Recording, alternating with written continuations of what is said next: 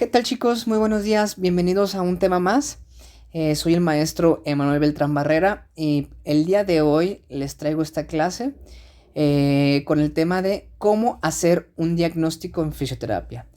He recibido demasiadas comentarios acerca de este tema, ya que tenemos un artículo ahí en la página oficial y parece ser que no está quedando bastante claro, ¿sí?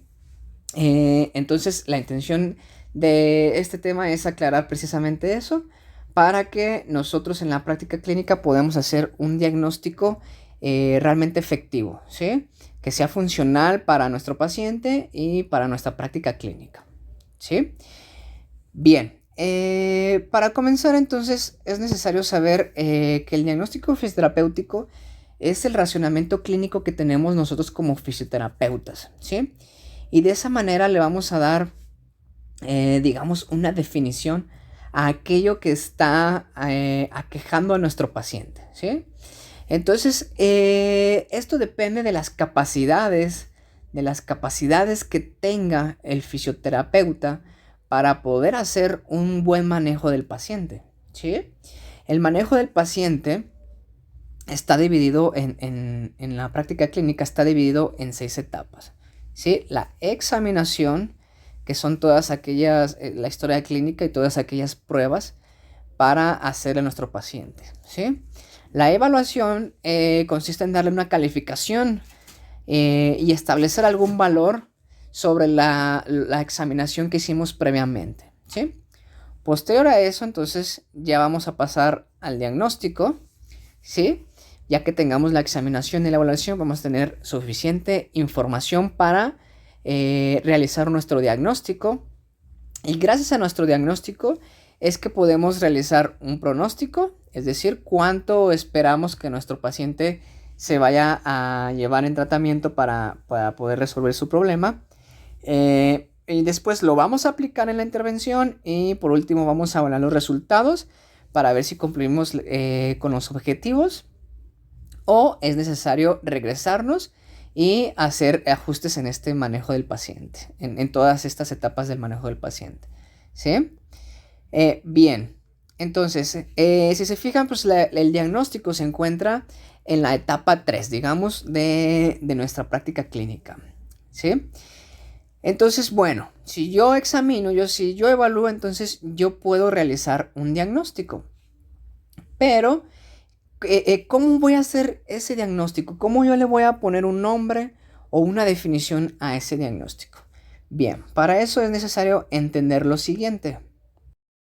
Bien, entonces, cuando nuestro paciente llega con nosotros para ser atendido en la clínica de rehabilitación, lo que hacemos es, de las primeras cosas que hacemos es saber si ya tiene un diagnóstico médico. En la mayoría de los casos, este paciente ya viene con un diagnóstico médico, ¿sí? El cual puede ser, ¿sabes qué? Te mando un paciente con esguince cervical, ¿sí? O te envío un paciente pediátrico con parálisis cerebral infantil, ¿sí? Entonces, esos son los diagnósticos médicos, ¿sí? Pero yo como fisioterapeuta, ¿qué diagnóstico que le voy a poner a ese paciente? ¿Sí? ¿El que me dé la gana o hay algo establecido? Bien, precisamente existe una guía, ¿sí? Realizada por la APTA, ¿sí? La Asociación de Fisioterapeutas de América.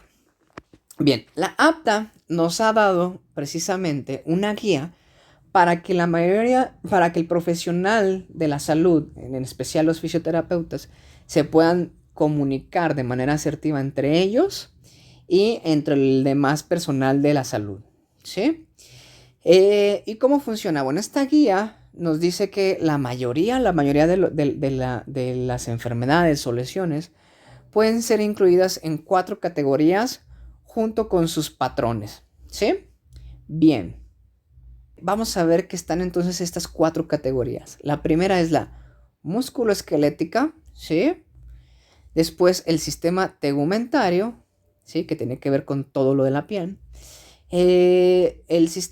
la categoría neuromuscular, que tiene que ver con el sistema nervioso y muscular, y la categoría donde incluye tanto lo cardiovascular y lo pulmonar, ¿sí? Entonces, bien, son estas 4 categorías principalmente, en donde, por ejemplo, en la categoría de músculo esquelético vamos a ver todos estos patrones, desde la A hasta la J. La mayoría de lesiones o patologías musculoesqueléticas las podemos incluir en alguno de estos patrones, ¿sí? De igual manera, en la clasificación del tegumentario tenemos patrón desde el A hasta el E. De igual manera, en la categoría neuromuscular también tenemos un patrón desde la A hasta la I, ¿sí? Y ya por último tenemos la categoría cardiovascular pulmonar, donde vamos a tener un patrón desde la A hasta la H, ¿sí? Y bueno, todo esto aquí se ve muy bonito, pero ¿qué significa? Bueno, por ejemplo, vamos a tener estos 3 diagnósticos, ¿sí? A base de ejemplo, de manera muy sencilla, vamos a decir que nos llega un paciente con un diagnóstico de un médico especialista traumatólogo, en el cual nos dice, ¿sí?, que nuestro paciente tiene un esguince de tobillo grado 2, ¿vale? Ok, yo ya le hago mi exploración, mi evaluación, junto con el diagnóstico médico. ¿Qué diagnóstico le voy a poner yo al paciente? Bueno, para eso necesito saber el esguince de tobillo, qué parte del cuerpo va a quejar, dónde se va a localizar. Bueno, pues principalmente en el sistema musculoesquelético, ¿cierto? Entonces, lo que yo voy a hacer es irme precisamente a la categoría de músculo esquelético, y aquí voy a buscar el patrón que donde yo pueda más encajar este esguince de segundo grado, ¿sí? Entonces, si yo me pongo a ver todos los patrones, podría ver que mi diagnóstico podría ser entre el patrón D y el patrón E. ¿Por qué? Porque mi paciente es muy probable que presente alteración de la movilidad articular, función motora, el desempeño muscular y el rango de movilidad asociado, en este caso, al tejido conectivo. Sí aplica porque lo que está lastimado en un esguince precisamente es este ligamento, ¿sí? Y en el patrón E también aplicaría porque igual está alterada la movilidad, la función motora, el desempeño muscular, el rango de movilidad, pero asociado con inflamación localizada, ¿sí? Entonces, en nuestro segundo ejemplo tenemos este diagnóstico de esclerosis múltiple, ¿sí? Suponiendo que el médico especialista me mandó a un paciente ya con este diagnóstico, entonces yo necesito pensar dónde creo, en qué categoría es donde se encuentra esta lesión o esta enfermedad afectando de mayor manera, ¿sí?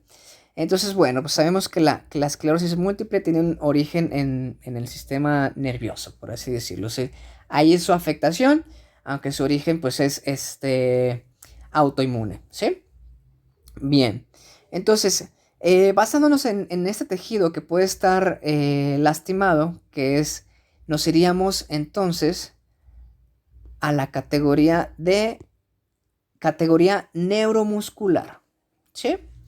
En esta categoría entonces yo voy a buscar el patrón que describa de mejor manera las características de mi paciente. Y por ejemplo, sabemos que la esclerosis múltiple es progresiva, ¿no? Entonces, leyendo el patrón E, podemos decir que esto sería alteración de la función motora y la integridad sensorial con desórdenes progresivos del sistema nervioso central, ¿sí? Esto podría estar aquí, esto podría describir muy bien a mi paciente, ¿sí? Aunque también podría irme, por ejemplo, al patrón G, de este lado, ¿sí? en donde dice alteración de la función motora e integridad sensorial asociada con polineuropatías agudas o crónicas, ¿sí? Entonces, cualquiera de estos dos, digamos que puede describir de manera muy asertiva el estado de mi paciente, ¿sí? Para yo poder ponerle ese diagnóstico. Sin embargo, no estoy limitado solamente a poner un patrón y a una sola categoría. Una persona o un paciente puede tener más de un diagnóstico, ¿sí? Por ejemplo, es muy probable que ese mismo paciente de esclerosis múltiple presente una debilidad muscular. Entonces yo le puedo agregar, además de ese diagnóstico, puedo agregarle la categoría musculoesquelética, el patrón C, ¿sí? Que es alteraciones del desempeño muscular. ¿Vale? Entonces, de esa manera yo voy evaluando, voy razonando para poder darle el mejor diagnóstico fisioterapéutico a mi paciente, ¿sí? Que puede ser uno, pueden ser dos o pueden ser más. Depende de las condiciones de mi paciente. Porque acuérdense que nosotros evaluamos de manera funcional casi todos los sistemas, ¿sí? Bien.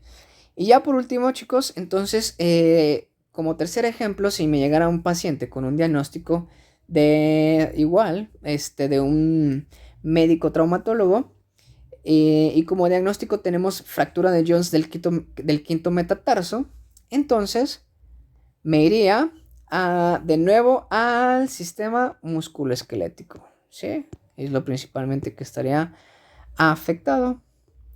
Y aquí voy por ejemplo, a buscar el patrón que más se asemeje a las características de mi paciente. Y por ejemplo, si me voy al patrón G, voy a ver que esto lo describe muy bien. Alteraciones de la movilidad articular, desempeño muscular y rango de movilidad asociado con fracturas, ¿sí? Y aquí ya tengo mi diagnóstico fisioterapéutico para ese paciente. Entonces, esos son 3 ejemplos que me ayudan a identificar cómo podría hacer yo mi diagnóstico fisioterapéutico, ¿sí? Es necesario tener un buen razonamiento clínico para poder yo elegir entre estas categorías que me da la apta, ¿sí? Estas 4 categorías y los 32 patrones que en total tenemos, que describa de mejor manera las condiciones de mi paciente. Y de esta manera, pues ya teniendo un diagnóstico, puedo yo tener un mejor tratamiento o implementar un mejor tratamiento y comunicarme tener una buena comunicación con mis colegas o con otro personal de la salud, ¿sí? Entonces, bien, prácticamente es todo el tema que quería platicar con ustedes. Espero se haya entendido y que sea de su agrado. Cualquier cosita, saben que estoy a sus órdenes. Hasta luego.